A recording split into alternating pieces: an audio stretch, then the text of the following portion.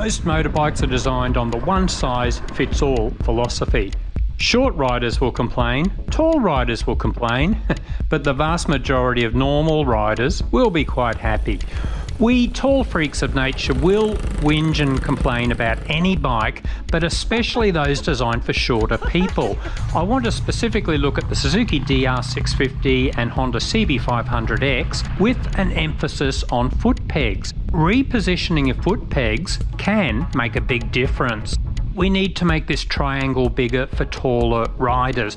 A major problem with older style bikes like the DR650, the foot pegs can not only be too high, but too far forward, because they didn't expect riders to stand on the foot pegs. Wirtz Wire produced two solutions to the problem. For tall riders, they have brackets that move the stock foot pegs down by about 5 centimeters. Then if you are freakishly tall, their second option also mounts the foot pegs about 3 centimeters to the rear. Which will work best? As a rough rule of thumb, Jeff is 180 centimeters tall. He used the first option and just lowered his foot pegs only. He said standing is now so much more relaxed, it's worked perfectly. Me, I'm 193 centimeters and I have big feet, but oddly only a tiny penis. On Jeff's bike, I still feel a bit cramped, but the second option worked brilliantly for me, and I can still reach the gear shift and rear brake with no trouble. These are quite big changes, of course. If you are just after smaller adjustments, maybe look at foot pegs like Fastway pegs from Promotobillet. You can move a collar to either have stock positioning or mount the pegs about 2 centimeters down and to the rear. Might not sound like much, but believe me, it makes a difference. And now a different sort of problem, the CB500X. Honda calls it an adventure bike, but the pegs are not only too high for taller riders, but also mounted too far back this time, because it's based on the road bike design. And the narrow road style foot pegs are terrible for standing on. Your boot just wraps around them. These night design foot pegs are not only lower, but actually are moved forward to try and correct that sports bike positioning and provide a much bigger platform for standing on. These are only a few options available for various bikes. Google for things like lower foot peg, repositioning foot pegs and foot peg brackets to see what's available for your bike. Also, some guys cut and re-weld their stock foot peg brackets, but you really want to know what you are doing, otherwise they can snap right when you need them most. Handlebar risers. Everyone will be familiar with these. I won't cover the basic ones.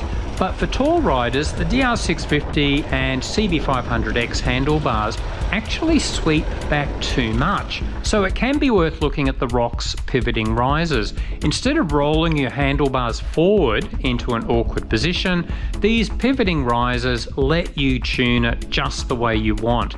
See our review vid for more details. If you want smaller adjustments, you can also look at high-rise bars instead. Aftermarket bars will give you different heights and also the degree of sweep, how much they bend back towards you.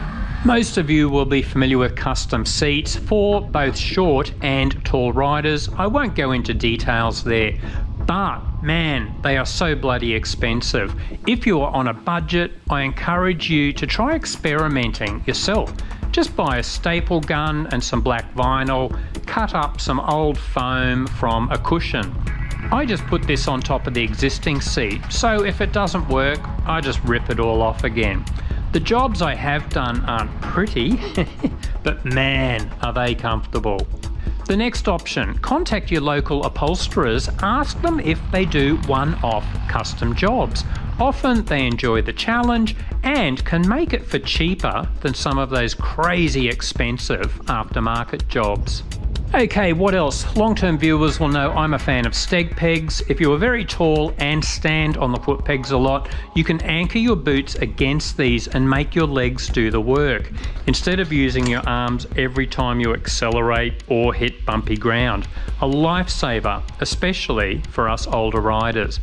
Windshields, often we taller guys get buffeted by stock windshields or get very little protection at all. There are plenty of taller aftermarket windshield options for many adventure bikes. Some final notes: it really helps to pick the right bike, of course.